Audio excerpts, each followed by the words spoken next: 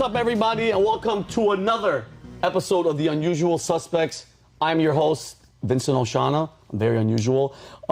We have our two already unusual suspects in the house, Brendan Aceto and David Frei are in the casa. We have two brand new unusual suspects in the house. I'm going to introduce both of them, then I'm going to have them introduce themselves. Both work for Valuetainment as writers, and they write all the stuff that you guys read. A lot of the stories that I read off of are from these guys. The first one is Connor Walcott. Connor, can you do me a favor? Take a minute, tell the world who you are and what you do, and what's your favorite color? Absolutely. Vinny, thanks for having me on. You're welcome. Pleasure to be here. You're Feeling welcome. very suspicious today. Thank you. Very unusual. I am a staff writer for the Valuetainment website, vt.com. What should be, hopefully, one of your best sources for the stories no one else wants to tell you about. Reach. So, yeah, looking forward to being here. That's all. Where'd you go to college? I graduated from Florida Atlantic. Nice. And have been working in media and editorial ever since. Awesome. Guess what? I didn't go to school, so I can't even. Anyway. Already got that up on you. Yeah, you're winning. And another unusual, another writer for Valuetainment, Shane Devine. What a cool. Oshana's cool, but bro, Devine? Yeah. I would be picking up so many girls with that line. Shane, do me a favor. Please tell everybody at home who you are, what you do, where you went to school, and just your favorite color. Sure. So just like Connor, I'm a staff writer for VT.com. I went to school at the New School. I have a master's in philosophy, undergrad degree in literature. Political philosophy is my thing.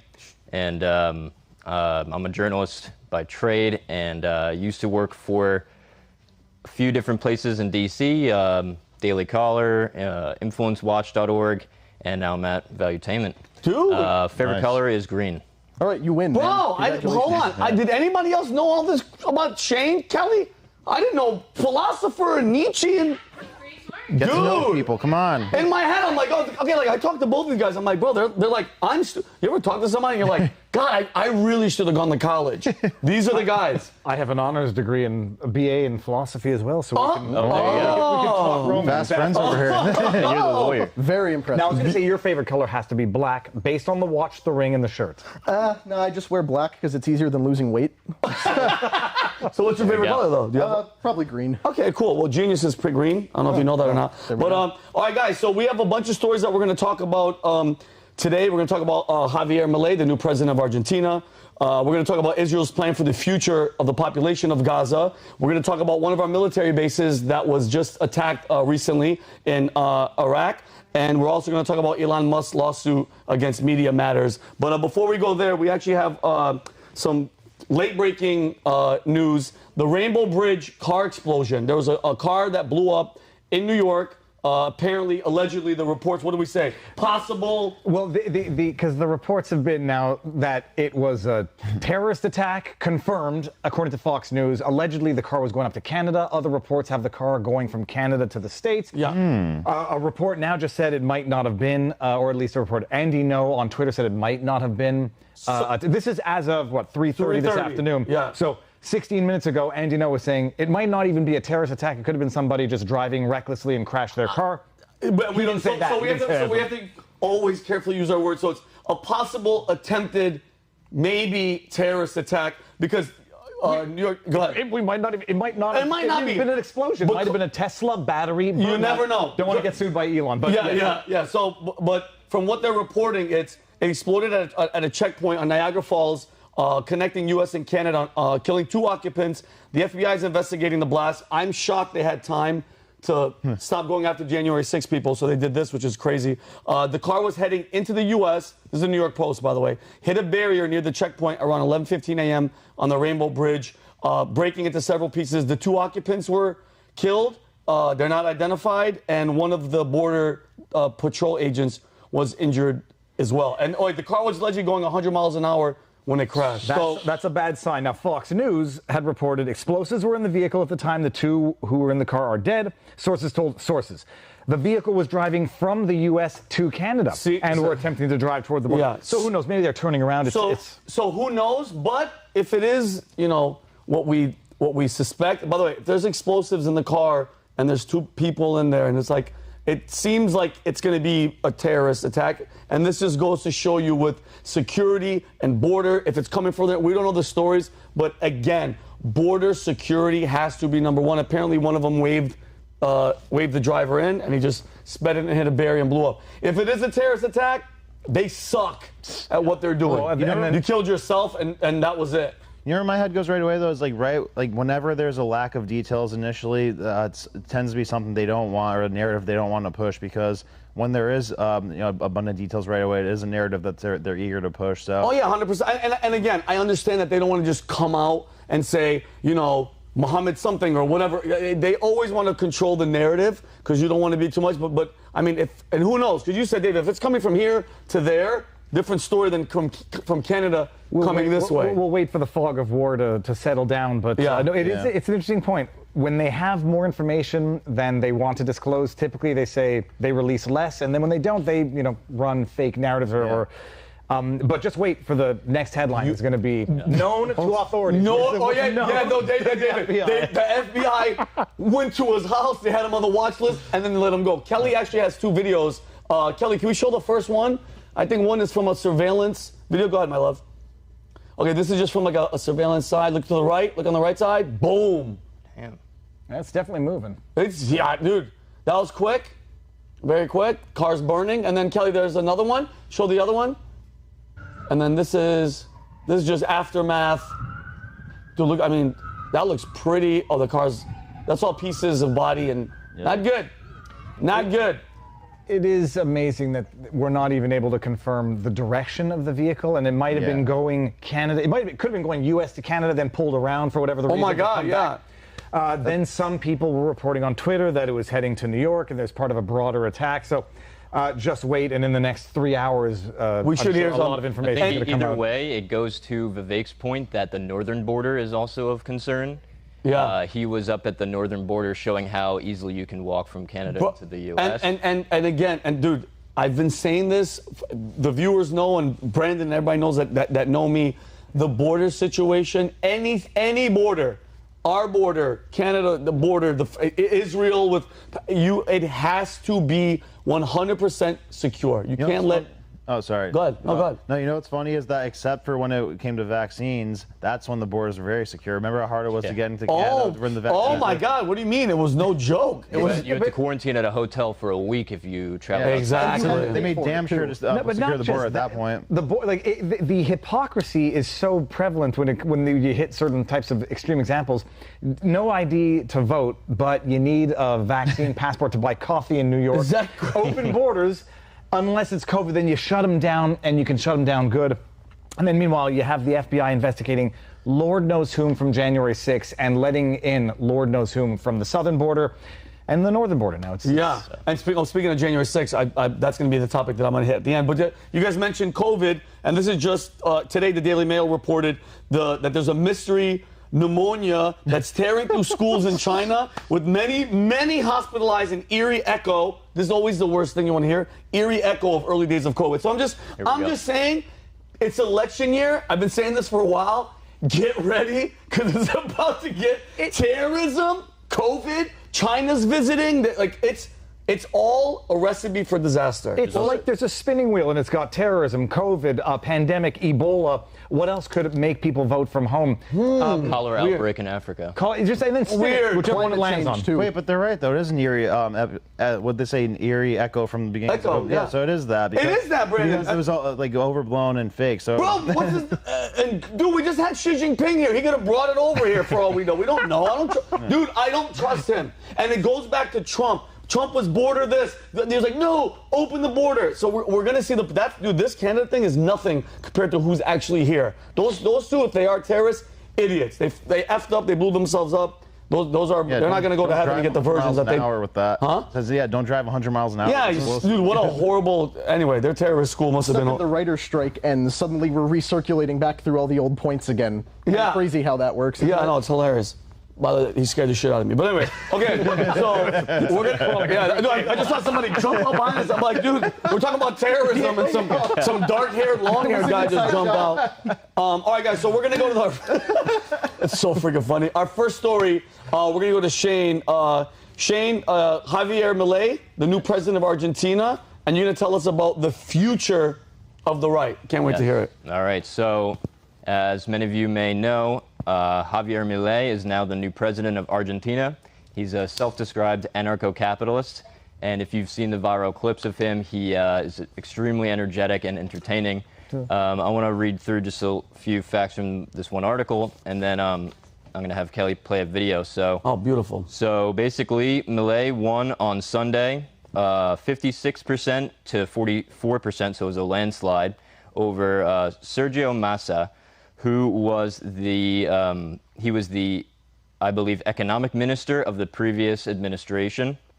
So basically, in Argentina, there's this unspoken uniparty called the Peronist faction, and it brings together all these different parties under the flag, if you will, of Juan and Eva Perón, who are these shining stars in Argentinian history and culture.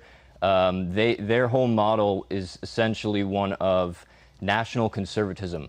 So while it's extremely welfarist in economic practice, they dress it in all this rhetoric of nationalism and family and community to win support from all sectors of society. So it was very successful ideology for a long time until it has, once again, as Brandon will cover shortly, led to great inflation and just government spending catching up with itself and leading to economic And Shane, not to cut you off, there's it's normally a two-party system there?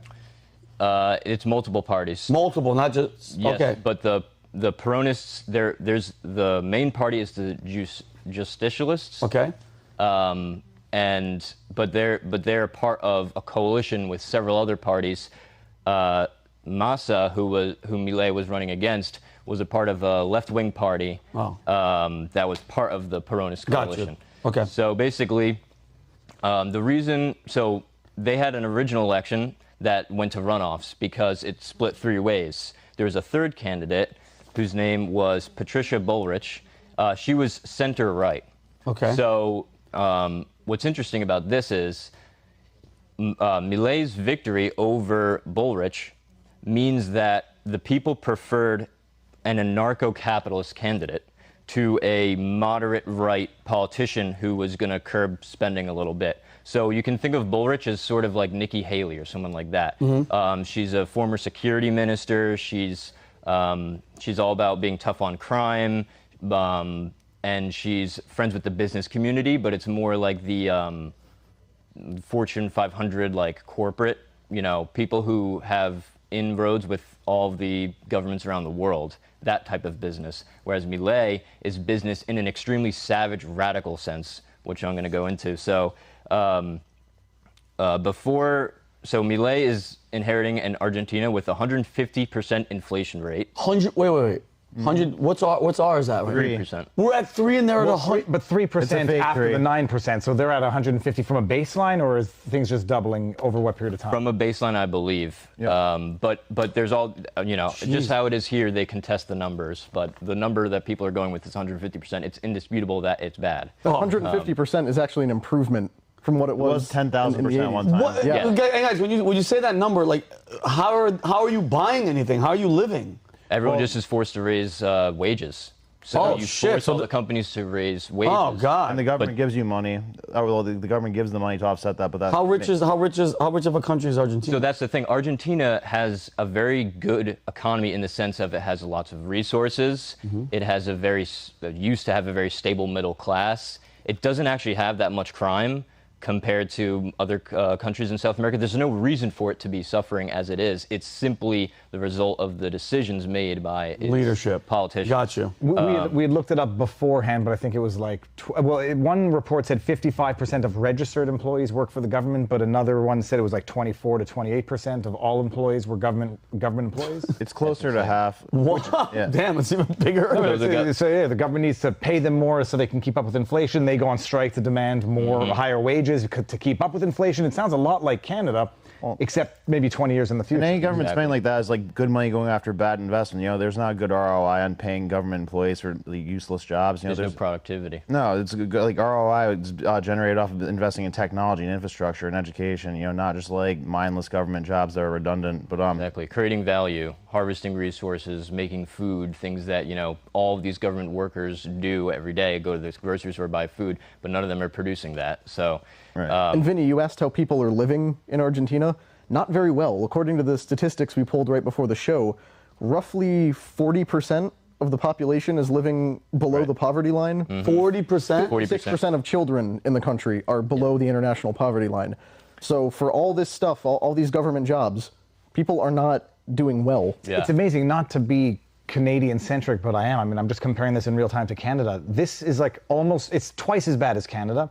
But it's only twice as bad as Canada. Canada, like 1 in 5 children are hungry, or 1 in 4 children are hungry. Yeah. Figure what percentage of the population are living basically at the level of poverty. The amount of people working for the government. So, like, Canada can look at Argentina, at least Argentina pre-Javier, and say, that's our future. And then who's going to be the Canadian Javier? Well, America too. Like, this should be a warning flag for us because, you know, this all goes back to welfare spending and the government getting involved with the free market because, you know, the government puts all these things in place to try and artificially, you know, boost the food supplies or keep people like above the poverty line, but it's all unnatural. And, you know, like the best number out of all of this is that 9 debt defaults they've had. Like the next highest country is like 4 debt defaults in the last 100 years. So that's Argentina has 9? 9 debt defaults. They're not doing well. Keep going though. So in comes Milei, and I found this out. Milei, not only is he an economist, but he's also in a Rolling Stones cover band, I saw that. Yeah, he's an entrepreneur. He was the consultant for some billionaire, and he's done all this stuff. But I went back to his early history. He was inspired to study economics because of hyperinflation in the late 80s, early 90s, when he saw people throwing themselves on top of merchandise in a supermarket. And he was like, I want to understand what causes people to do that. Wow. So the problem of hyperinflation has been his lifelong goal, and he's finally going to get to tackle that. So I just want to bring up a few points about the future of the right, and then we can play a clip. Beautiful. Basically, what I see in this is, and this is just my prediction, you guys can contest it, I think that this is the beginning of the next stage in the global right. So I think that Trump was acting under the idea, things are going bad, but we can make countries great again. We can, you know, get elected, change the governments, keep them how they are, but change them for the better. Milei is like, we're past that point. We need to start over. We need, because he calls it a reconstruction. So he believes he's reconstructing Argentina. Gotcha. So, there's an interesting thing that's going on in D.C. where you have, on the one hand, you have the libertarians who aren't really, you know, when average people consider themselves libertarians, they mean like gun rights and, you know, I want to be able to own a company. But libertarians in D.C., they are, like, I'm talking about the Koch brothers, Chamber of Commerce, Cato Institute. They use libertarian rhetoric to justify endless free trade with China, which is not free, as Trump always talks about. And they also stand for mass immigration, which they think is working in their favor, but really it's just for votes for Democrats. 100% it is. And they actually don't get that much return on the labor as they claim they do. So that faction of, I call it Libertarianism Inc. in D.C. was fighting against Trump. Trump came in as a nationalist populist saying, you know, I want to put tariffs, I want to stop immigration. Because of that, there's this whole cohort of groups that tried to make permanent Trump's changes. They call themselves the National Conservatives. You can look this up. They have their own conference. They're basically trying to figure out, why was Trump so successful? It must be because he hit on the right ideology. But the thing is, the reason why Trump was successful is because he's Trump. Yeah. He has the same energy like Milei. Trump wasn't successful because he has the right nationalist ideology. It's because he's Trump, and that was just the way he approached the problem. Yeah. Milei has that same intense energy. Now he's saying this is a different situation. It requires a different solution. So I'm saying that I think the next phase is going to be, you're going to see more of this anarcho-capitalist stuff where we try to fight the mass inflation that was incurred because of the COVID lockdowns. And I just want to play this one clip. Oh, yeah, go. Please do it. Milei talking on Tucker on X about his warning to countries like America and like Canada, which are not yet as bad as Argentina, and his warning to us. So this is not the clip with the chainsaw? No. This is the chainsaw. You have to look that up. Which was on your own amazing. time, but- All right. Que nunca abracen las ideas del socialismo, que nunca se dejen seducir por el canto de las sirenas de la justicia social, que no se dejen atrapar por esa frase nefasta que donde hay una anciana nace un derecho, pero que eso no se hace solo.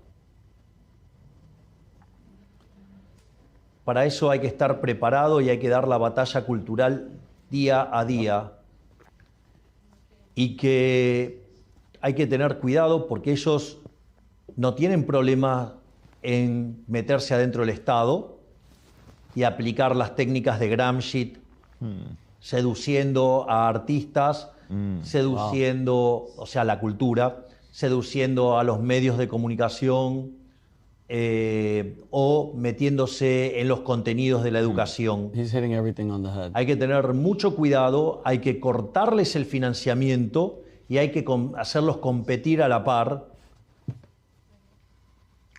And that dude, he sounds like everything David. It sounds like Trump. 100%. What did Trump say about the siren song of? And it was in one of his speeches. I want to say, it says, "Beware of the swan song or the siren song of whatever." That's fantastic. Now you watch that and you compare that with some of his other more energetic, where he's calling the libs shit libs, liftards, and now people. What drives me nuts is people say if he talked more like that, people would listen to him. And I've come to the point now where they will not listen to him talk reasonably unless he's got their attention and shaking them up vigorously. You have to. You have to. And dude, we had Roger Stone. I mean, we had him here, and then he was just on the PBD podcast, and I told him, I go, bro, if you watch his documentary, Roger Stone in the 80s, dude, this was a big part. This is a direct result. The Javier's attitude and this type of anti-elitism, anti-big government. Roger Stone started this and pushed it in. Bro, I'm telling you right now, he was the architect, and I see it. You saw it in Trump. The same rhetoric that, Nixon said, that Reagan said, that, make America great again. They all said it. I love it. It's just going against the system. I think that people are waking up. And not to jump off something, but what do you guys think? Trump, because we brought up Trump a couple times. Do you guys think, I think his motivation, like anybody, bro, if you guys were all running for president, you'd want to change the world. You'd want to be rich. It's powerful. I don't care. You're the most powerful person in the world. Do you think Trump's motives have changed from when he started? Because I do think there was a little bit of cockiness, arrogance. It's Donald Trump, bro. He's conceited. He loves himself. But do you think now that those motives have changed, where now he's like, David, now he's like, listen, to hell with everybody. It's vengeance, but it's genuinely a fight for America's future and the fate of our country. I was going to say, I just heard the song Tom McDonald, I Just Want Revenge. I mean, revenge not in the individual sense, but revenge in the social sense, revenge in the justice sense. Take back the institutions of America. Take back what made America great in the first place. And now that he's seen how, I think he thought he had 4 years, I'll be nice, I'll convince them, I'll sway them, I'll make them love me. And now he realizes that not only would they never love him, they want to destroy him at every point in time, and destroying him is destroying America. 1,000%. Well, go ahead. The second time around with Trump, clearly there's a revenge aspect to it. He wants to settle a score, but if he's doing it on behalf of all the people in the country and the legacy he created, is that not an okay thing to do? I mean, obviously, he has a massive ego. His ego was wounded by so many of the blatantly corrupt processes that went on around that election and everything else pertaining to it. But is that a bad thing if he wants to restore something that was objectively better than what we've got? I think, and Brent, I'm gonna go to you. I 100% am, bro. And it's crazy when you talk like this. Oh, you just pro-Trump. No, the idea, anybody that went against the establishment, and so much shit got revealed that we got to see. Like, oh my God! And I've said this before. God picked a crazy orange, yelling, you're right. He pulled open a curtain and let the average person see, look what they're doing to you idiots. Look at this. His biggest problem, I think, Connor, we talked about this, Shane, at your guys' desk. I was like, yes, drain the swamp. Congratulations. But you don't say that out loud and publicly, because guess what? The alligators and the snakes, they're listening, bro. Yeah. The Chuck Schumers, that little worm, he's listening. And when he said, got 7 ways to Sunday. 7 ways to Sunday to get your ass. They're not even hiding it. So what were you going to say, Brandon? I know, like in relation to that, it's like throwing stuff at an invisible hornet's nest. You know, like with they have 7 ways from Sunday of getting back at you because you don't even know who you're making enemies of, but they see exactly who you are. Oh, yeah, and you're out there, Brandon. Yeah. And Brandon, this is just that swamp is just what we see, and we always have these conversations. So much deeper. Who's really, really there? Names you don't even know about. You see the Rothschild, you see the Soroses, you see those people that they let us see. You'll never see the real people who are actually behind it. And it's just old like money. Yeah, and here's my other question to you guys before Kelly, how much time do we have on this topic? Are we still good? We got 2 more minutes. I gotta throw something in. You guys, yeah, please throw this in at the end. Do you guys think, or is there any information? His opposition, because he got in third party and he just rustled up. He shook the system up. Is he going to have the system come after him like a Trump came after him? Because he's saying shit. Well, so shout out to Humberto, who's one of our great staff members of Edutainment. He told me, so he's from Chile, he told me that he knows Argentina's system is not quite as strong as America's in the sense that Milei will actually be able to get more done. So he can take on the system in a more radical way than I think Trump was able to, because their law courts aren't as strict. I could be, that could like maybe not be the full story, but not as swampy as ours. What? The thing you gotta think of though is who's the biggest debt owner? Who has the most debt to the IMF is Argentina. So places like the IMF or the WEF, they all work in unison to push this global agenda. So they're to a degree indebted to that. But one of the most interesting things he's going to do is he's going to dollarize their economy, which is going to probably crater the standard of living of people for a while. But that's like how they're going to fight this inflation thing. Wow. And he's doing it, right? But he wants to go to the dollar. Yeah, that's the plan. They're going to take out the central bank with that. Which that's what the chainsaw was for. That's the chainsaw. They're going to chainsaw the system. So that's a good thing, and that's something that like we wouldn't necessarily do in America because we're like the money printer for the world. That's why we don't have as much inflation as they do. But in relation to the powers that be coming after them, it would be more from outside of Argentina than inside Argentina. Just like the way that the WEF or IMF helps out Trudeau with when he was trying to shut people off from their banks. They gave them all the money printing they needed with stuff like that. So the international money printer is on the side of people who are opposite of Milei or Trump. Ooh, I would just be nervous about pissing off the left in the declared manner that he is. And you had Bolsonaro get stabbed. Now that we had Roger on last week, you now discover a lot of presidential candidates or presidents had been assassinated or attempted. That's where I would be. Right. He better have some freaking. I mean, first of all, amazing hair. I love it. He's going like for that whole Twilight vampire. Does he even have ears? I can't even see his ears with his sideburns. But he's a madman. He's a that's the guy that I would want to meet. Trump look docile. Yeah. But I saw the last video of Trump. He looks kind of older, and he's tired. It was tired. A bad day. Yeah. The lighting was bad. You could say Trump really did kick something off because look at what's happening around the world. You got Milei in Argentina. You got Nayib Bukele in El Salvador. Italy. Italy, the girl. Georgia Maloney has not quite panned out to be what she was. She just yelled and got in. And I was just like, okay, we're good. She did come in on that, and then apparently Ecuador has a right wing. Yeah, Ecuador has a right wing. Guys, we had Bolsonaro. There was Viktor Orban in Hungary. It's a populist uprising across the world. People are not stupid, and you can't treat them like garbage. And for too long, get away with it. Yep. All right, guys, we're gonna shift to the second, our next topic. Connor is going to talk to us about Israel's plan for the future of the population of Gaza. We spoke about it a little bit in the office, and I hinted about it on my show, but please let us know what's going on. All right, guys, I figured first episode of Unusual Suspects, I'd come in with a nice, easy, agreeable topic. Of course. Really let you guys get to know me in a non-controversial context. Yeah. So to begin with this story, I reference this document right here. I believe Kelly has a photo of that she can throw up for us. And what's the document? This is a document originally circulated internally by the Israeli government from the Ministry of Intelligence. Okay. To give a little background on this government agency, they're not directly responsible for running things. They oversee policy recommendations to groups like the Mossad and the Israeli Domestic Security Forces. Is it like the CFR and stuff like that for us? Yeah. Council for Relations, where they make decisions they where make nobody. a lot of policy recommendations and go between different departments. Got you. Okay. And just to drop in a shameless plug here, all this is available on VT.com. Yeah. I believe you will have those links in the description. Same with Shane's, same with a lot of what we're talking about today. Yeah. So this whatever- document was. all So this down. document was.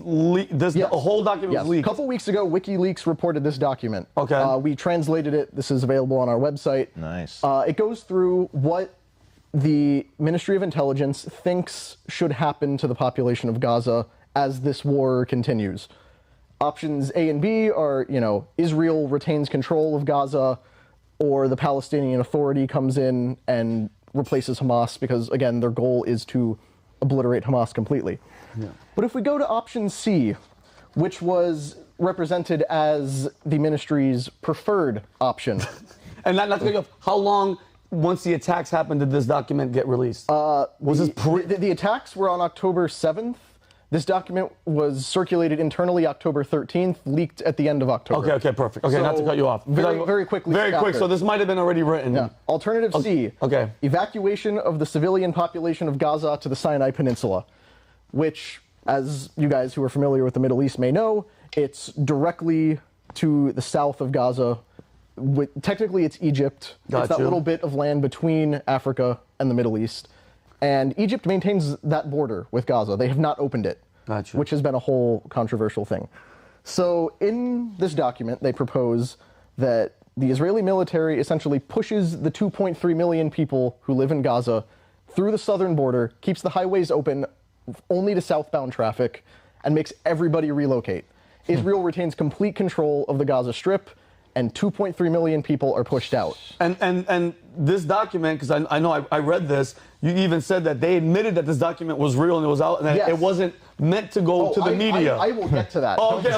Let me shut up. And then real quick, so these people are getting pushed to the southern part, the peninsula. Egypt's not letting everybody in. Where are all these people going? Right now, Egypt has refused to take in so much as a single Palestinian refugee. You're familiar with the history as to why Egypt doesn't want to take in Palestine. So you might want to flesh that out just for those who may not know. Yeah, Egypt is very uncomfortable bringing in people from Palestine, as is Jordan and several other countries in the area. They're very much for the same reason that the rest of the world would be. There's links to terrorist groups, cultural issues as well. I don't know if you had a specific point you wanted to raise. I think it was the attempt of some Palestinian organizations to overthrow the Egyptian government, or at least to clash with once upon a time. And so when you hear people say, they warned, like Adam had said, they told these people, they messaged them, hey, leave. Where are these people going if there's no border open? Where are they going? And message them on what? What cell phones do they have? Who's like no electricity, no food, no water. All their buildings are collapsed. How that's why I don't understand. And then, apparently they throw like thud bombs that just it doesn't blow. It just goes, hey. Get out, but where are they going? You do remember, it was one of the so-called conspiracy theories, and this is not to be unduly anti-Israel, and there's no but to that. One of the criticism was that this was sort of pretextual, so that Israel could now acquire more land. They say, they started in 73, so we're going to fight back, and if we acquire land in a war that we didn't start, so be it. And then people were saying, you're going to evacuate all of these people, bomb it to... smithereens. What the hell are they ever going to go back to? And then lo and behold, this is going to confirm what people were suggesting was the underlying MO, the underlying strategy: acquire more land, or maybe create a bigger buffer zone between Gaza and Israel for greater protection. But this is what people were complaining about in advance before any of this happened. Yeah. It's a little bit of a genocide. It's pretty bad. The definition has been the definition of genocide has been broadened so that the word now somebody doesn't mean what it originally meant. Let's get the plan. So they move everybody into Sinai, and they establish tent cities for taking care of refugees. There's a large, what they call a sterile zone between the refugee area and the southern border of Israel. Essentially, a wide area that Egypt and Israel both maintain. Nobody's allowed in it. It's a big security zone. From those tent cities, they plan to begin shipping Gaza refugees to other Arab nations, then to Europe, then to North America, including the United States and Canada. Jeez. The plan is to start shipping them in a way that retains Israel's international legitimacy. When you get into the appendix of this, where they write up who is named in this, who is going to participate, what role they will play, it is just shocking. Okay. My mind was blown by some of this stuff. So, for example, they start with Egypt. Egypt has an obligation under international law to allow the passage of the population. They cite how this is what Americans did to the Iraqis in 2003, where they just roll into an area and push everybody else out somewhere else. But, for example, the appendix begins with the United States. Primarily, they want us to begin pressuring people. They want us to go around and use our contacts in every country we can to say, hey, you guys got to take some Gazans. That's your moral duty. But of course, we could absorb some displaced people. Our interest in it is restoring the deterrence of the entire West that was damaged due to the attack on Israel and retaining our position as a global leader. Essentially, if we don't participate in this, our reputation will be damaged internationally. Let me just ask you this part. This memo is drafted internally, not in concert or not in dialogue with any of the referenced nations. No. No. Creating the expectation. This is what they're going to have to do. This is Israel's plan on what we are all going to do to take in the refugees of Gaza. And if you think this is just a one-off report, wait till he talks about the op-ed. God, yeah. Vinny, if you'll remember a while back on the PBD podcast, you played a video of Benjamin Netanyahu talking about we can manipulate America to do whatever we want. He said we can steer them. Basically, he said they're not. Yeah, we can do whatever we want because they listen to everything that we say. Exactly. So they don't even base any of this off of communication with these countries. They are just saying we can get them to do it. The United States will be critical to that because we have the pressure on everybody else. And it ends with, after they go into shipping people to Greece and Spain, to Morocco and Libya, and Tunisia, and Canada as well, which will allow them to absorb people based on, quote, their permissive immigration policy. So there's a striking condemnation of Canada for you. Yeah, weird. They end with large advertising and media agencies to promote the program in the Western world and the effort to resolve the crisis in a way that does not incite and vilify Israel, end quote. Meaning they're going to use media outlets to promote how cool this thing. They want marketing. They want marketing. Am I allowed media. swearing on this show? Hell yeah. Holy shit. Now, This is real. No, I know. Where did it come from? I'm overly skeptical these days because once bitten, twice shy. Where did it come from? Who's confirming the authenticity? It was first circulated by WikiLeaks, as well as I can't remember the name of the Israeli publication. But it's real. I double-checked to make sure that this is released by WikiLeaks and then reported on by a Tel Aviv-based newspaper. Oh yeah, they're not hiding. It's not hide. And their response please finish. Their response to it was, well, it wasn't supposed to come out. Exactly. That was the response, not it's a lie. Right after this leaked, the Netanyahu administration, the government of Israel at large, was like, guys, this was just a concept paper. It's not an official policy. It's just a recommendation from one government branch, whatever. Yeah. Because, look, I'm thinking super cynically here. People don't like Netanyahu, even internally in the government. If someone wanted to sink Netanyahu internationally, they would draft up something like this, leak it, so that it basically confirms all of the most nefarious accusations against Netanyahu. And then goes. And they say, look, Netanyahu's wanted to do this all along. If that were the case, however, presumably Netanyahu would come out and say, well, I had nothing to do with this. This is not legit, whatever. And they're not doing that. All they said was essentially, you guys weren't meant to see that. Which is great. But to conclude this document, because they're still talking about media agencies and marketing firms and stuff who are helping with the campaign. Yeah. They also call for dedicated campaigns for the residents of Gaza themselves to motivate them to agree to the plan. The message should revolve around the loss of land, that is, to make it clear that there is no longer any hope of returning to the territories that Israel will occupy. The picture should be, Allah saw to it that you lost this land because of the leadership of Hamas. You have no choice but to move to another place. Wow. So not only are they trying to get the Western world more broadly to agree to it, but they also want to market to the Gazans and say, hey, this is divine judgment on you guys for voting for Hamas way back when. This is your fault. We're just executing your God's judgment on you. Wow. So when you said the media, Connor, you said that one of the, and this is, I think this is going to go, David, to prove what he's saying.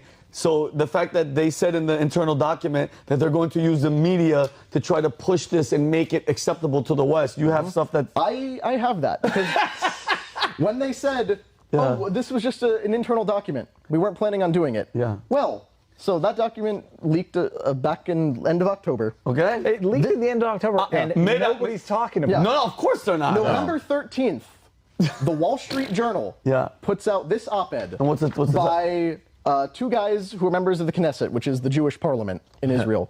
It was written by Danny Danon and Ram Ben Barak. Okay. To clarify, just because, who here knows anything about Israeli politicians. Not me. Danny Danon was the former representative of Israel to the United Nations at one point. He is a guy who challenged Netanyahu for the prime minister position twice. Okay. He's considered to the right of Netanyahu. Netanyahu's already very far He's right. very right. But so that just shows where this guy is. Okay. What was the headline again of the article? What was the headline? The headline on that article was, "The West should welcome Gaza refugees." Boom. That's exactly. So subtitle. there's the media pushing. Subtitle. Europe and the U.S. accepted millions who fled earlier wars. Yeah, maybe the idea is to stop those wars causing people to flee, as opposed to saying No and shit. it They wasn't like it wonder was why without- we're hesitant Yeah. to start Well, these wars. It wasn't like it was without consequence in Germany when they took in 1.5 million I Syrians. will get to that, I promise. Okay. I've got notes on all this crap here. I'm like discount Mitt Romney. I don't have binders full of women, but I have binders full of other stuff. So that was Danny Danon, UN guy, right wing. Then Ram Ben Barak, who is a member of the Yesh Atid party, which is the centrist liberal opposition to Netanyahu's Likud party. This guy was the former deputy director of the Mossad for a period of time. Oh, damn. And then Israeli CIA. Yes, Israeli CIA. essentially Israeli CIA. And then he was also the former director general of the Ministry of Intelligence that wrote that document that I just read from. Dude. So you have a guy who was in charge of the department that just wrote that document and who also worked for the Mossad. Weird. So it's a bipartisan op-ed that they've written here, talking about how there's a moral imperative for the West to bring in the refugees. It's a whole opportunity for us to show compassion. For example, they cite Europe has a long history of assisting refugees fleeing conflict. Yugoslavia, where they took in refugees from Bosnia and Herzegovina. Germany, Austria, and Sweden accepted large numbers during that conflict. Kosovar Albanians fled to neighboring Albania and the country now called North Macedonia. So basically, they're citing also the Europe and the U.S. took in Syrian refugees during that civil war. And they're saying, hey, you guys have precedent. You took in all these people during all these conflicts. So global organizations with experience resettling refugees should facilitate the relocation of Gaza residents. Well, and just I'm just going to throw this out there, just being a little, skeptical, kind of nervous. Letting in, if we accept a bunch of people from Palestine, I'm telling you guys right now, you think those people are pissed at what's going on? Have you been seeing what's happening in the streets with Palestinians and Israelis? Bro, this conflict is creating, I don't want to say terrorists, but it's creating a lot of angry fucking Palestinians, and we're just gonna be like, hey, come in here. We have Jewish people that, are here. You don't think they're gonna want to do crazy shit? To give you the numbers on this, according to the last surveys, 53% of people in Gaza view Hamas as the legitimate government. Oh, God. Which means that of the 2.3 million, I don't do the quick math, I'm a writing guy, I don't do numbers. Yeah. Well, what's that number? Yeah, but first on the one hand, you got to be skeptical of the numbers because you're asking people who are under the tyranny of Hamas to say, are they the legitimate government? Flip side, technically speaking, they were elected, so even by linguistic standards, they are the legitimate government of Gaza. But here, my logical question: if the rest of the world has to take in innocent victims of war, why too wouldn't Israel have to take that's any? my That's exact a great question as well. point. Yeah. And if it's because they're too dangerous, well, then how come that doesn't apply to you? Why is that not a problem? It's the rhetorical question. It's the very reason why Israel would not take them in for obvious reasons. Because we're going to be wrapping up this, but can you tell us just really quick? Because we can't get in depth. I just want to hear the other two things. This other article, this is from the Jerusalem Post 2 days ago. Okay. By Gila Gamaliel, Okay. who is the current Minister of Intelligence. All right. So this one government group has been involved in all of this. But again, they're saying, no, they don't regulate anything. They just make recommendations. She wrote, "Victory is an opportunity for Israel in the midst of crisis." And, began quoting, "In the midst of every crisis lies a great opportunity." So even in Israel, they're big on the never let a good crisis go to waste. Of course. That's exactly what the WEF said about the pandemic. 100%. It's a great opportunity for a reset. So she said Gaza is a breeding ground for extremism, cites the numbers of the damage they've done since then. So make the rest of the world take in the people that are furious, that angry people. Another option is to promote the voluntary resettlement of Palestinians in Gaza for humanitarian reasons outside the Strip. And, throwing around the United Nations is a body that is mandated to facilitate this because that's what it does. She cites the same precedent. But when you get right down to it, all these other things they mention, all these other refugee crises that European countries have taken in, Germany opening its borders to all these people, has that been a benefit to anybody. It was such a benefit that Merkel was offering financial incentives for the Syrians to go back home. Yeah, It was leave. working out so well for Germany. Yeah, and I don't see any positive coming. I mean, mind you, I feel bad for these people. Half of them are young youth children, and I mean, dude, war is horrible. But you're not giving them a place to leave because they have nowhere to go. But for Israel to be like, well, guess what? All you guys got to take everybody. Like, wait, why is that our problem all of a sudden? That's not my problem. Not the way you solve problems. You don't just say, oh, well, in the past crisis, in the past F-up, we did the same thing, so why don't we just keep doing it? No. It's like this is just getting worse and worse. Like, it's, of course, everyone feels bad about the situation for all sides. It's terrible, but you don't just keep spreading it around and creating more chaos all around the world. All they're trying to do is kick the can into somebody else's yard, and it's your problem now. You guys deal with them. Yeah. And you really have to question. Look at all the people who want refugees everywhere, who want the United States to have open borders. The people who did the same thing in Canada. Look at where their alignment is. And lest you guys, I know we're winding up here, lest you guys suddenly accuse me of this being like an anti-Jewish thing, here's an article from Zelensky in The Economist, which is a UK publication. What's it say? This is, it was a long, winding interview of him talking about flagging support for Ukraine. This was even before the Israel crisis broke out, where he's talking about, the West needs to redouble its efforts. If you're not with us, you're for Putin. The same thing. But right at the end of this interview, he says, let's see, like his goal is to convince people to continue supporting Ukraine. Essentially what he says is the Ukrainian people are typically very well behaved, but if they see the West abandon their country, there's no telling what they'll do. Which really is code for, hey, if you guys stop giving money to Ukraine, the Ukrainian citizens you all took in are going to riot and start burning your country down. Unbelievable. David Mamet said it best, every fear hides a wish, and that's like that's like Zelensky saying. I hope it doesn't happen, but I'm tired. Yeah, we got to. It would not be a good story for Europe if you were to drive these people into the corner. Yeah, dude. By the way, you know who Zelensky is? We created a monster. The fact that he's begging us for money, I'll give you loan. Give loan, I'll pay back. Yeah. No, you won't. You know who he is? He's become that girl. Like, America is the rich, successful guy. He was our girlfriend, but then our old girlfriend came back, Netanyahu, and we're like, hey, Zelensky, kick it to the curb. He's like, but look at, I have tits. You paid for these tits. We don't want them. It goes with ex-girlfriends. Both of them are nuts. Yeah, exactly. But Connor, thank you for dude. People that's a lot of information. The fact that you were like, wait, what? That's going to be a black pill for many people. Check links in the description. Go to vt.com and you can read about all this. Oh, dude, great story. Details over there. We're going to move on, and guys, we're going to get moving. Brandon, one of our military bases in Iraq was attacked by Iranian proxies. Can you give us a little bit of insight on what's going on? Yeah, so this just casually comes out yesterday that nothing to see here, just like one or two articles that a U.S. military base in Iraq gets attacked by some Iran proxy group. Multiple U.S. soldiers hurt, and then they went back and killed the people who were involved in that attack, killed the Iranians. So I don't know, one, why is this something that went so under the radar in the news, and two, why, how is this not an escalation of whatever conflict this is going to turn out to be as far, because, the way I thought of it is that normally if, some group that's involved in a larger conflict attacks a U.S.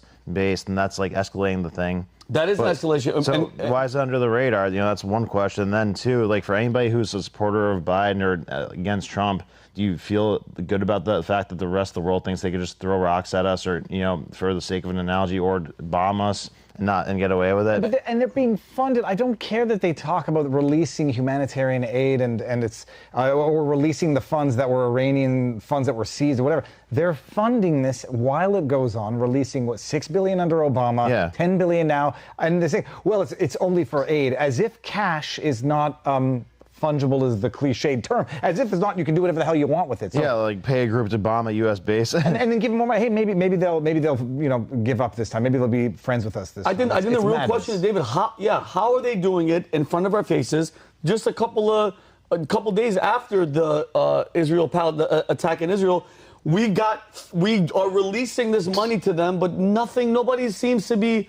You're funding the people that are paying for the terrorists? That money is only going to go to aid. So, they have more money to spend on weapons than they don't. The $6 billion whatever to spend on something else. It is stupid beyond description to say, well, it's like a child saying, well, Dad tells his kid, you can't spend your money on drugs. Here's $20 though. Only use it on school books. Like, great. Yeah. Now the $20 that I was going to use on school books, I can use on drugs. Yeah. I mean, it's like it's only for aid people. So instead of the Iranian government having to take care of their people, they now have $10 billion freed up to fund proxy wars against the West.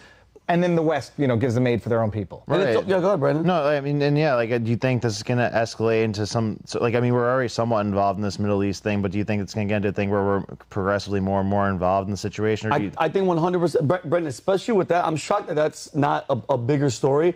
I saw in the gym, I want to say 3-4 days ago, everybody just nonchalant watching. They got MSNBC or one of these channels up there. We're bombing in Syria. We are doing, currently, right now, we're doing airstrikes in Syria, and then the very next news story was 5 special forces Americans killed in a training exercise. Guys, anytime you hear training exercise, because they're training there because of war, because shit's popping up. I'm telling you right now, none of this is by accident. They're setting us up for something bigger. That's why as soon as the Israel thing happened, you heard Iran. All the media outlets, the left media, Iran, they're begging for war with them. And then when you free up $6 billion for them, what are you basically trying to tell them? You're basically telling them, like, hey, go ahead, give the terrorists money so we can bomb the shit out of you. And you bring in targets. Well, we're going to advance some ships into the sea. We're going to advance some soldiers. You're given targets. You know damn well that insofar as they're targets, they're going to get targeted. And when they die, they'll, oh, look, now they've attacked us. Now we have to retaliate. And this is the slow step towards World War III. The U.S. Marines in the Middle East actually had to cancel their annual ball. This went undercovered, but they canceled their annual ball because they had to spend all their time training. Like, training for what? For what? They're like, well, we need to, be prepared. And the press was like, for what? For what? And they finally were like, well, because of what's happening in Gaza, but don't worry, it's not going to lead to anything. It's a lot of the same thing with like the inflation numbers, where they change the way that we track inflation so it doesn't look as bad. It's like you change the definition of war so it doesn't look like we're at war, but effectively.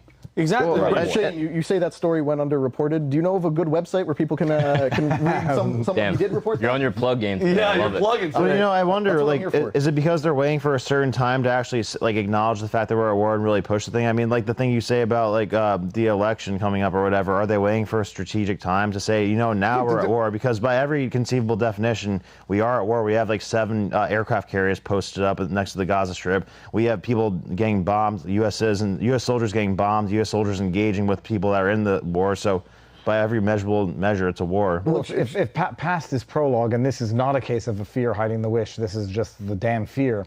The U.S. declared war on terrorism on September 1st.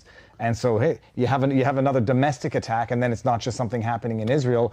Have a domestic attack, declare an official war, impose martial law, either suspend elections in 2024 or create vote from home because polling booths are not safe enough, and then you can do whatever the hell you want. What we see from our elected leaders is that it doesn't matter which side of the aisle you tend to fall on, everybody wants the same thing. In 2020, Biden made mention he wanted to be boots on the ground in Syria at one point. We're doing airstrikes now, no confirmed troop deployment, but he's still got a little while before he's out officially. So who's to say what they're going to do?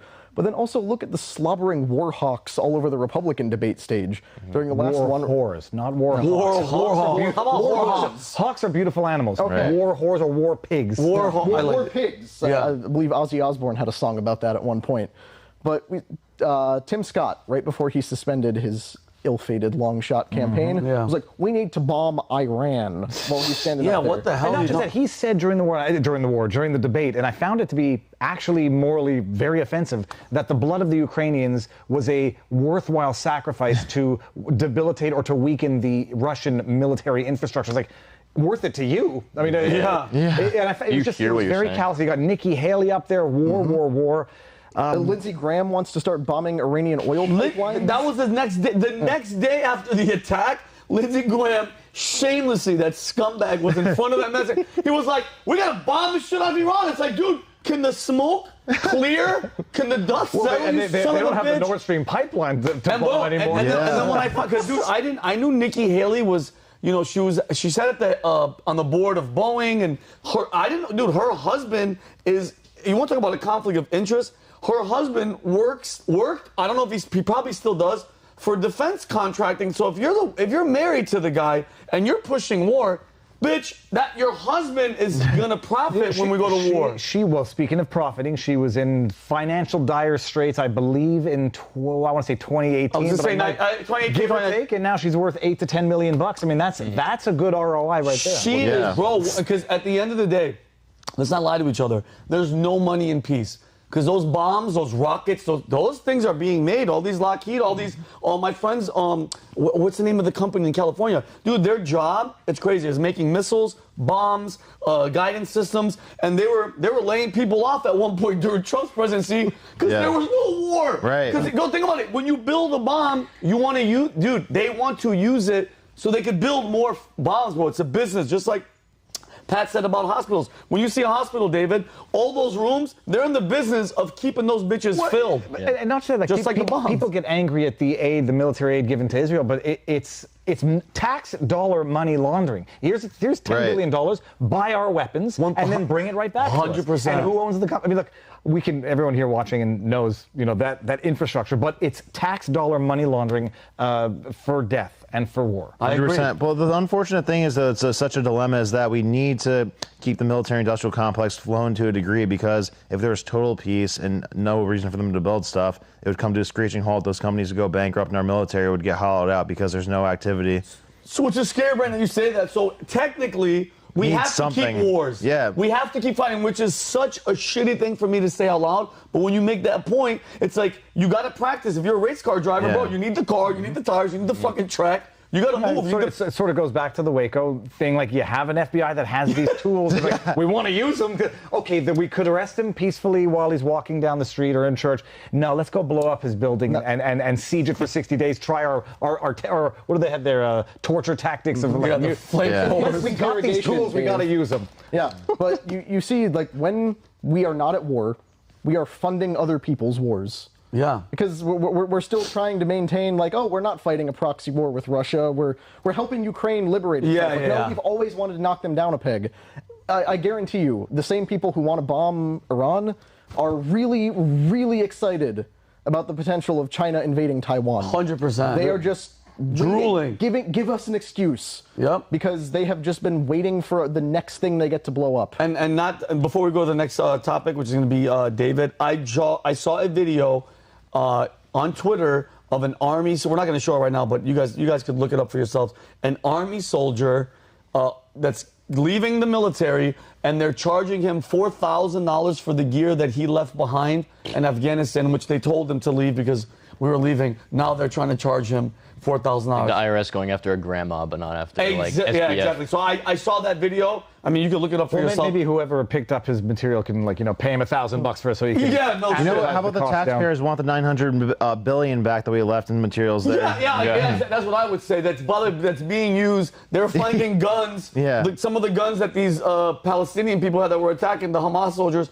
They were our guns. Or every time you blow something up just so you get to build a new one, we want that tax money back too. Oh my God, it's unbelievable. Maybe this is a factor in why the Pentagon just failed an audit for the 6th year in a row. If they succeed on the audit, then we'll know where their black dollar, what are they called, black funding is going. Black funding is $3.8 trillion. Yeah. Oh, whoop. Yeah. Where is it at? Anyway. But they want to monitor your $600 Venmo transactions. Yeah. Which it's still in limbo right now. They haven't agreed to it yet. But all right. So now we're going to be moving on. David, his story. Elon Musk's lawsuit against Media Matters, a really, really reputable, amazing news organization. And the Ken Paxton press release. David, talk to us. I'm going to stare into the camera for this one. Stuff's heating up, people. No, that's it may or may not go anywhere because the law is the law and it's an exercise in futility and spinning wheels and wasting time. Elon Musk has sued Media Matters for America, MMFA, which really sounds like mother effer is what it sounds like, and sort of what they act like. Media Matters for America, at one point in time, was funded by George Soros, $1 million, I think, in 2010. It's had on such wonderful names of satanic demons as Hillary Clinton was a counselor, an advisor. She worked for Media Matters. And she was involved. Podesta was offering them office space back in the day. Bottom line, it's like, I don't know, propagandist is not the word. Activist is not the word. It's worse. PR firm. They are a satanic PR firm. I love it. Fuck the hell with them. I hate them. No, they're the cause for a lot of the problems that we have. Absolutely. And they go out and they seek to bankrupt, terrorize, harass people who, I'll say speak the truth, but people who speak a narrative that they don't like. It's their MO. They try to destroy you, too. They try to destroy you. And they've now gone after Twitter, or X, for God's sake. Also known as... the platform formerly known as Twitter. They've gone after X. They published a report, and it's just lies, or deceitful lies, because it's true technically, but how they got to it is very interesting. Published a report last week, said Elon's X is running ads next to Nazi, Hitler-praising handles. What was the extent of their report? Well, it's now been revealed in this lawsuit. Their allegations, so you take them for, not at face value, but you take them as that which needs to be proved in a court of law. But I assume that Elon knows what's going on. Yeah. The way they got to that is they didn't create new accounts, because accounts under 30 days have certain ad restrictions on them. So, and I don't know what it is exactly. They took over or accessed accounts that had existed for more than 30 days to bypass the ad restrictions that are available or imposed on new accounts. Demons. And what did they do? They only followed Nazi accounts, Hitler-praising accounts, and big brand accounts. Wow. And they did that so that they can then artificially, and they only followed a few, like they followed 30 or 40? Yeah, you know, like something like, I don't know, I'll say 9 times less than the average person follows. So the algorithm is sort of like bouncing between, oh, you like Hitler and Nazis, and you like Reebok and IBM. And so they just kept on literally hitting refresh, refresh, refresh, so that it would populate an ad that would appear next to a Nazi-ish website. And apparently the odds of this happening were like 1 in 500 million. Yeah. So Elon has sued now for its, let's say, disparagement, which is sort of like defamation for businesses. Good. Tortious interference. Good. It's a good lawsuit. I think it's, I mean, I analyzed it yesterday, and from what someone told me today, Dan Bongino featured a bit of my analysis on his show. Oh, really? Yeah, That's fantastic. Wow. Because one of my fears or concerns is that, you know, when it comes to tortious interference in the Oberlin case, remember the Gibson's Bakery, where they said that's a racist bakery with a history of racism. Don't do business with them. Yeah. Absent from this lawsuit, as far as I'm concerned, is sort of like the active call to action from Media Matters in their report. They say, oh, well, this is what we've found, and they don't tell anybody to do anything. So there might be a missing of a call to action. The other question is going to be also, they found it. They had to curate it specifically to produce that result, but it nonetheless is true that if you game the system deliberately, maliciously, you can get a pairing that IBM will find offensive. Wow. Punchline to all this, by the way, is IBM, Apple, who else? Some of these other companies. It's a big, huge company. Pulled their ads, hundreds of millions of dollars. They pulled their ads and say, we don't want to be involved in this. It's like, we don't want to be next to Nazi websites. Yeah. Or Nazi accounts. Without even like waiting for to be proven. Because they don't give a crap. They don't give a shit. It's pretextual. They want the IBM, Apple doesn't want any more of a free speech platform on Twitter than Media Matters. Yeah, you're right. This is the game. It's the corruption, the modern day corruption. It's wink, wink, nudge, nudge. Not here's an email. Let's screw them. Look at Give Apple us the pretext. pulling it, John Stewart's shell because he wanted to talk about China and AI. Talk about China, and they said, nope, you're not going to do Instantly. It's like, why even bother having on anything political if you are going to squirm at the least controversial thing? No, and Apple, if they're going to pull their ads because they apparently were paired next to a Nazi website or a Nazi Twitter handle, while they exploit child slave labor in foreign countries to make their stuff, slave labor to get the cobalt for their batteries. And from what I understand, like nobody's gone after TikTok. Nobody's pulled ads from TikTok, even though they were just glamorizing and lionizing Osama bin Laden's. So it's all bullshit. But may it get a little bit further than Discovery, so we can see how these organizations really work internally. Yep. There are anti-SLAPP provisions under Texas law, so like these lawsuits, what Media Matters will argue, this is a lawsuit to stifle my free speech amendment, my first amendment rights, my free speech.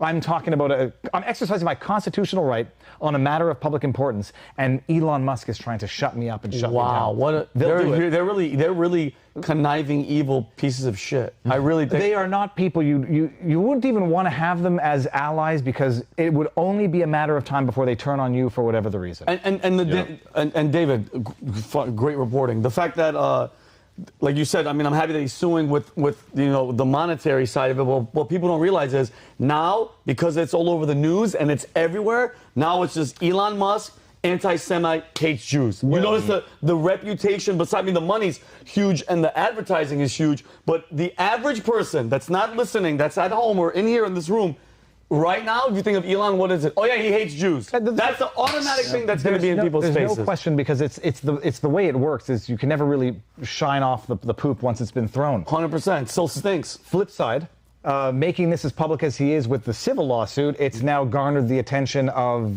Paxton, the Attorney General who just survived his highly politicized impeachment attempt in Texas. He's announced an investigation, criminal and civil, into the way Media Matters does things. Good. Now, I'm floating this idea with other legal people who are actually attorneys in the States. Okay. You know, if there's a criminal or civil finding of fraud at a subsequent to that type of investigation, I mean, it would obviously do wonders for the lawsuit, where they're not going to be able to say now this is an anti-SLAPP lawsuit. Yeah.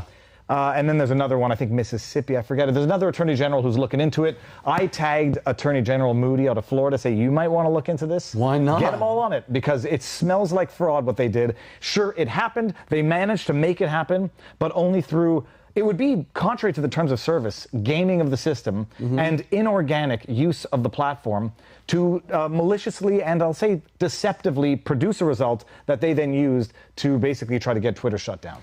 What a shit show. And you look at the advantages of what Elon has done with this. Even if this lawsuit goes nowhere, he's gotten the ball rolling, which is what he tends to do with a lot of these things. And of course, we're kind of circling a bunch of different rabbit holes when you discuss this issue, because we could talk about what exactly Elon was posting that got Media Matters so mad at him in the first place. That's a whole other thing that you could do 2 hours on by itself.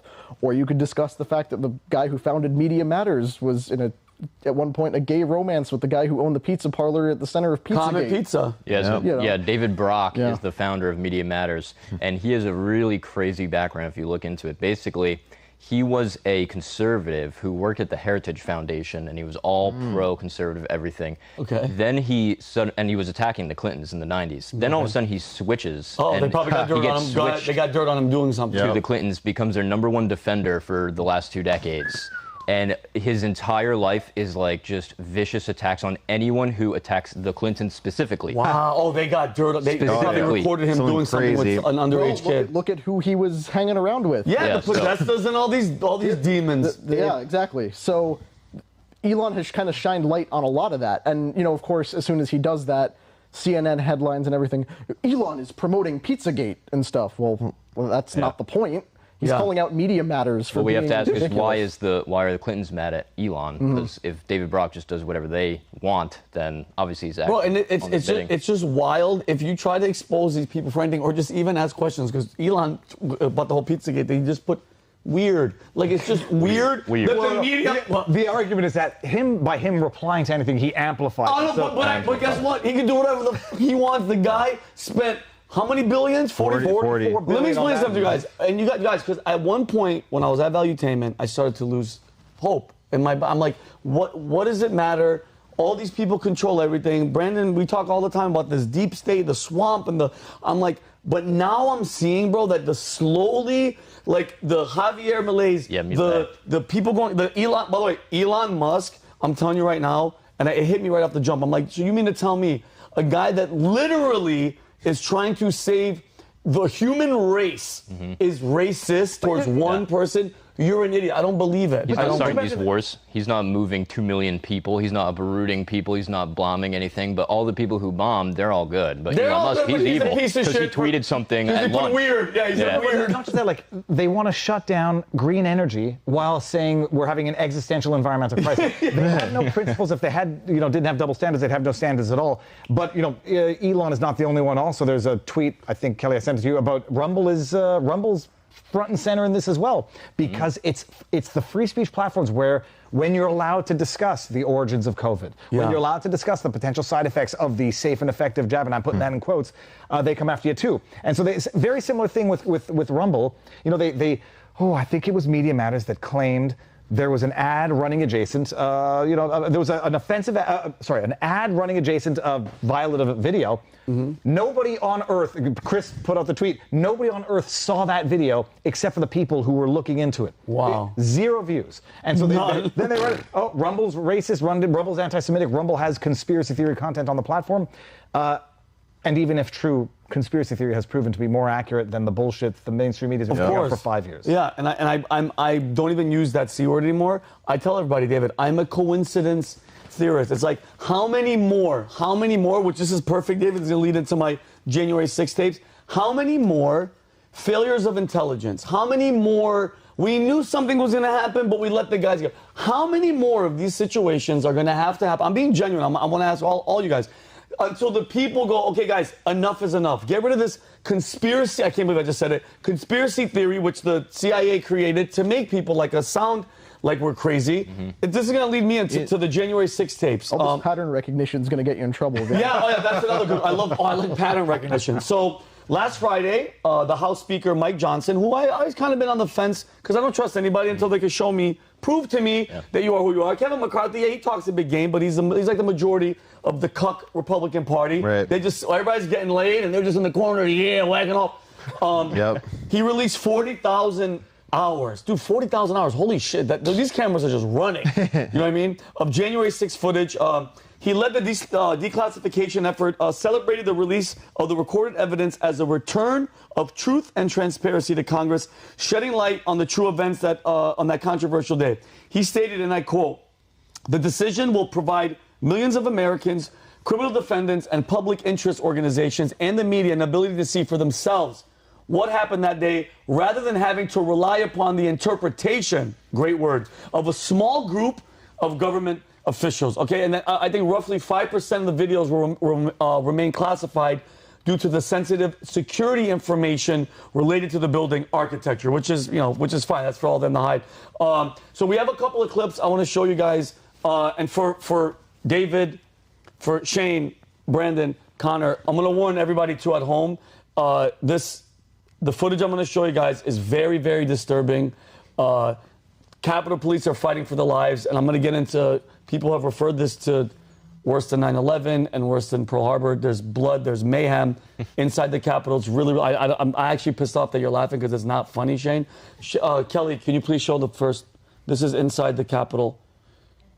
Now, guys, please just watch out because now they're coming in, they're coming down the hallway. Everybody at home who's watching, I apologize for this. Look at this.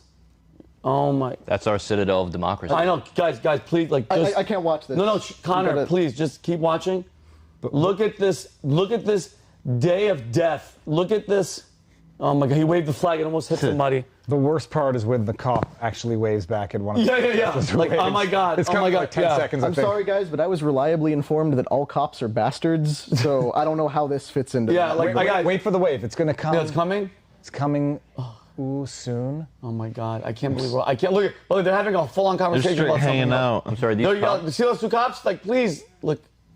Oh my! I can't believe. There's the wave. The wave. Hey, cop. All right, Kelly. Can we have one more? We're gonna go to the second one. Horror. All right, guys. And now, now obviously you guys know that I was being freaking facetious, but the second one. This is a Capitol Police. They're walking with a guy who appears to be a protester, could be an FBI asset or an agent. They walk with him. They uncuff him, and they give him one of these, David. Did you see this one? Kelly, show the second video. Check this out, David. 3 9/11s. So look, by the way, pretty cool. Look, they go away from the cameras, which they think. So they're uncuffed. I mean, it looks like they're having fun with them for a second. Yeah, but right. So interesting. So check this out, David. So David, why are you uncuffing him? Why'd you cuff him in the first place? And then watch this. Watch this. Okay, take off the other cuff. You fist bump. Thanks, fist bump to the guy. Dude, what? Why didn't they take off the helmet? You learn your lesson. This was a legitimate No. What do you mean helmet? Because he's in. He's one of them. Do you know the name of this guy? He had been identified, and I had read somewhere that he was in fact charged, but then subsequently let off on that's very, so very weird. That's so weird. There was a back and forth. I follow a guy named Justin Hart on Twitter who was getting into it with Julie Kelly. And Justin, if you're watching, not to point, Julie's been getting it more right than you these days. But really? So there was a discussion as to whether or not that was a agent provocateur. One person was saying he was arrested and charged, and someone was saying, well, I mean, maybe not so much, and was let off easy. Yeah. So and watching this, you could see why they wouldn't want to show this to us because of the narrative. But I'm going to get into more. And then there's one more. Kelly, show that this is dude. This looks like a college party where everybody's taking selfies. Kelly, show this one. Look how much fun. Look at these guys. Bro, they're just happy to be in the Capitol. Look at where's the death and destruction and looks like a guided tour. Dude, it really does. Inside the Capitol, dozens of other groups protesting in the past centuries. What's up, Kel? They're not even vandalizing. They're not even, Kelly, everybody's just on their iPhone taking videos. They're just, It's they've like a never been museum. to the Capitol. Steve Schmidt of the Lincoln Project was not available for comment. So I tweeted at me, never responded. All right, Kelly, so, and also, guys, I'm surprised they were not actually all charged with espionage for taking they're recording. pictures. I know. And undoubtedly sending it to Russian assets. I mean, I know, Right, yeah, directly. exactly. Wow, they missed that one. And guys, I was going to show the only death, the only murder that happened on January 6th was United States Air Force veteran Ashley Babbitt, God rest her soul.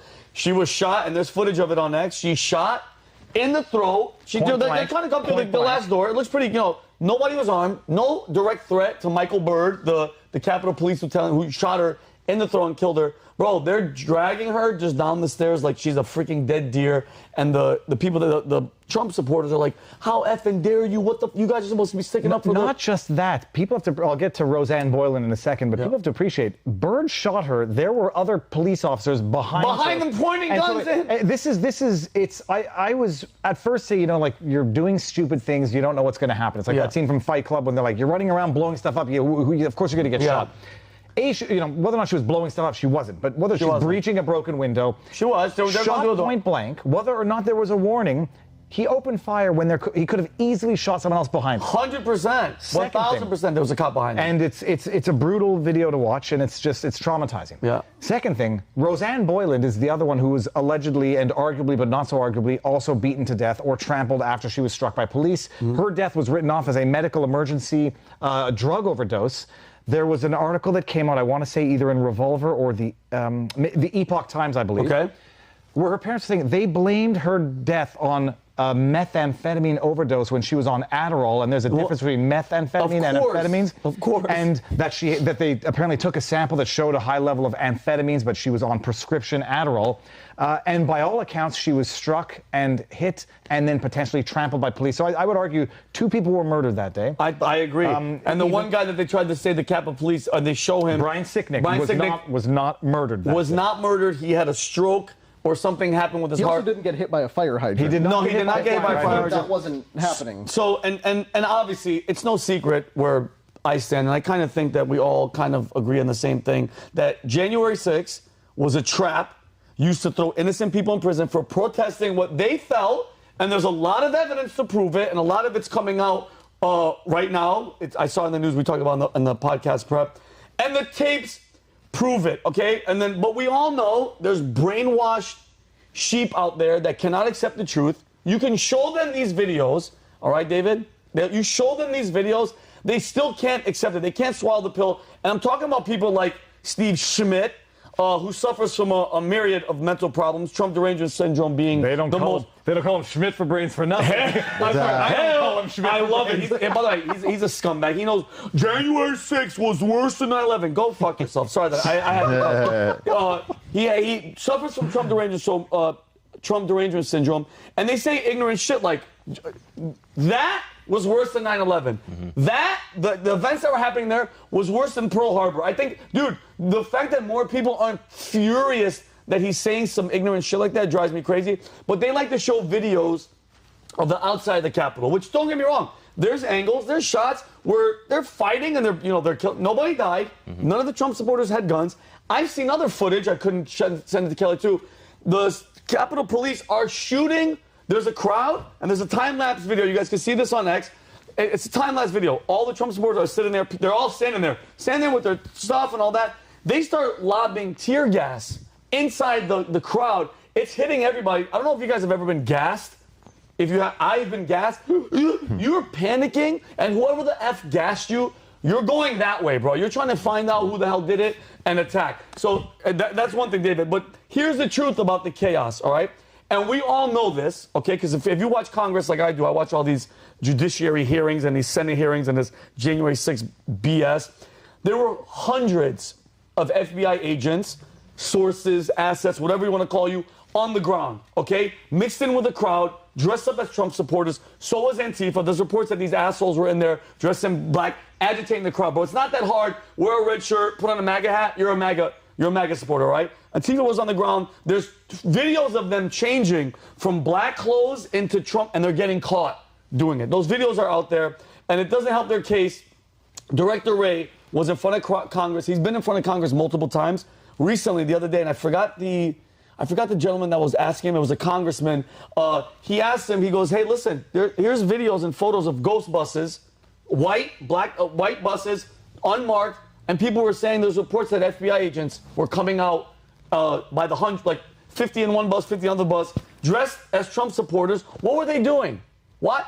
Why are you in there? Those people were in there causing the ruckus. And this is what I'm going to get to until you up front. So people like Ray Epps. Here's another one. Okay, and we've talked about this guy before. Ray Epps on camera, looks like a typical Fed. They even were calling him a Fed, inciting the riot, pushing people to go. Yeah. So we're going inside the Capitol. Your problems are that way. Your problems are that way. And he's at the initial. He's at the initial entry breach. It's him. He's whispering in some guy's ear. Some report where he was saying, "Hey, the Capitol Police are on our side." No, you wouldn't whisper that. He's one of the main causes for people to go inside. And the aftermath. You know what he gets? He gets a misdemeanor. He just got one misdemeanor. One misdemeanor. A lawsuit against Fox. Anybody else? You're going to jail for 20 years. Just like the people that weren't even at the Capitol that got 20 years. Get this, we got Ray Epps saying we got to go into the Capitol, your problems are that way. Misdemeanor offense. Yeah. We got Jacob Chansley, the QAnon shaman, who is on video standing next to cops being like, we need to be peaceful, we need to be quiet. They're asking us for our respect. That was like one of the first videos that came out. And he got how many years? I don't know how many years he got released. He spent like 13 months in solitary confinement. I had the Lectern guy on, the one who stole the podium, which he never actually stole. He carried it for a photo and then put it down 20 years. Yeah. He spent 3 months in I want to say jail, but I don't want to make a mistake. But he spent 3 months locked up, had 3 years probation. I mean, it's a flipping joke. Epps breached the front line. Yep. I'm not trying to say that. What was the excuse that he didn't go into the? He never went into the building. No shit. He bragged about it afterwards in a text message to his nephew saying, "I did this. Basically. I caused it. I started It's a joke. And It's a joke. I was gonna say, and then you have the leader of the Proud Boys who wasn't even there, and he got 22 years. Dude, like. That's unbelievable. So I know what they did. I understand what was going on. And even more proof before I wrap it up, the ex-chief of police, Stephen Sund, okay, he wrote a book. He was on Tucker a couple months ago. He said, and he has proof, the FBI, Department of Homeland Security, the military, they knew January 6th was going to happen, okay? They knew it was going to be crazy. They had intelligence warning them of violence. There was death threats. You knew it was going to go down, and they still delayed him from getting the riot gear, all the National Guard. Bro, Pelosi and all them, none of them, they're like, no, we don't want the National Guard there. You know why? Optics. They don't want it to look bad until shit hit the fan. And then he even said he requested, once it all started going down, he timed it and he had somebody log it. It took 70 minutes for the National Guard to finally be dispatched. And you know what he said? This is in Washington. The New Jersey State Police showed up before the National Guard showed up. How does that happen? So one has to ask why. Okay, why? And I want to ask all you guys before we wrap up. If you knew something was going to happen? This is another. Remember how we started this? A failure of intelligence. You know something's going to happen. You know it's going to make Trump look like he's an insurrection leader, whatever. You know it's going down. You purposely stand down the National Guard. So you let it happen. You have FBI agents on the ground agitating, pushing people, making it all happen. You making all that, and then you make it seem like this huge terror, domestic terror thing, and you go after all these people. What's the point, Dave? Why would you do that? We've seen it play out in real time. You can criminalize protest when it's politically convenient. They've used it to go after Trump in every respect. They're using it now to try to keep him off the ballot in Colorado, in Michigan, in New Hampshire. They failed on those suits for the time being. Good. Didn't allow the judge. It didn't prevent the judge from issuing a civil ruling saying he participated in insurrection. So now the media can run with the participating in insurrection, even though nobody was charged, let alone convicted of insurrection. It's been the greatest political false flag ever since Russiagate in 2016, which people seem to have forgotten all of. Yeah, that's right. You ask why it happened. You just listed all the reasons why it happened. It was establishing the precedent for being able to go after your political opponents. If you remember Biden standing in front of a blood red Independence Hall declaring that Trump supporters and MAGA Republicans are the biggest threat to the soul of our country. He framed it as a battle for the soul of the nation. And we've seen it from parents protesting at school board meetings to all these other groups that now are public enemy number one. Meanwhile, they got the border open. They're letting actual terrorists run wild wherever they want. Yep. That's what it was for. It was always about pushing the agenda because they don't really care about Antifa terrorists.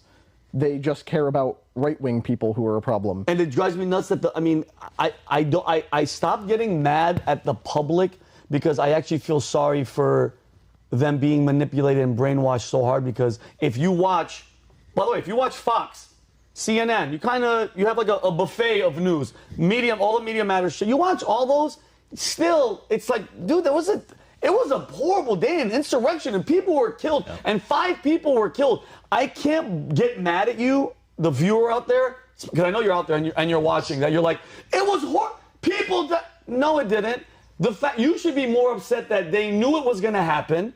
They turned their back. They let chaos happen. They had people, they had FBI, they had government officials on the ground making sure it looked bad, making sure it was bad. And even when one of the cops murdered one of the protesters, which nobody else was armed, nobody else died, you guys make it look like he was a hero and she was a domestic terrorist. So shame on you if you think like that, but I can't be mad at you because the brains of the average American, if they just consume the regular news cycle in the media, that's what they're getting. The thing is, for anyone watching at home who thinks like that, like you were just speaking to, it's okay to be wrong. Like I agree, I'm wrong. You can't blame anybody for. You look at the media campaign where it's from the highest levels of power in the country telling you this was the worst thing to happen since prior to 9/11. 9/11. But how's the average person supposed to stand up to that? You can be wrong. You can understand also that new information has come out, so you can reassess. When they said it was an insurrection that Trump had planned, and yet in the seditious conspiracy plots of the Oath Keepers and Proud Boys, they got them convicted on the basis that they were infiltrated by FBI agents who knew months in advance what they were planning, and yet despite that now being judicial fact, they were caught with their pants down, half of the police force on January 6th itself. Even those two narratives are mutually incompatible. 100%. They infiltrated a plot to commit seditious conspiracy, and nobody knew it was going to happen.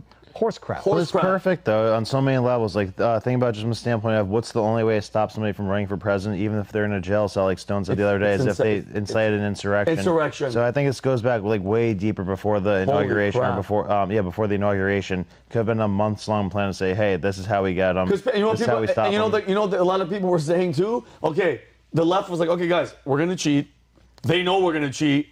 They're probably going to go to the freaking Capitol, and they're going to talk shit because Trump is that guy. Let's make sure it goes down exactly this way. Dude, that's why I hope to God, if Trump does win, I want him to pardon every single one of those people that, unless they were beating the shit out of the cop, that's a whole different story. I would pardon everybody that wasn't actively beating the shit out of cops. And if they were just standing around and they went to jail, I want them to pardon them. And then I think one of his first orders of business, and I'm not joking, bro, the FBI needs to be done with. I think the FBI, dismantle them, put them in other organizations. Viveka said this too.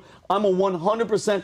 Trump's vengeance has to be, because, bro, the FBI with Hillary Clinton is the main reason that the whole FBI bullshit, Russiagate, drives me crazy. Yeah, they're weaponized. And weaponize them. Chris, I don't trust Christopher Wray. James Comey was a scumbag, and it keeps going all the way back to what? J. Edgar Hoover? Yeah, they're all scumbags. They started off bad on the jump. They all tried to... Cross-dressing scumbag, Cross-dressing scumbag who obviously had a hand, all the FBI had a hand, just like the CIA in JFK's assassination, which makes them... That's treason, and they're the enemy of the people. And if they did that back then, I don't trust them today, and I think that they should be dismantled. Just ended on the one point. Everyone remembers Kevin Kleinsmith, FBI attorney, falsifying evidence that they submitted to a secret FISA court so they could obtain a spy warrant on Carter Page so they could spy on Donald Trump. Actively modified evidence. Changed that Carter Page was not a CIA asset.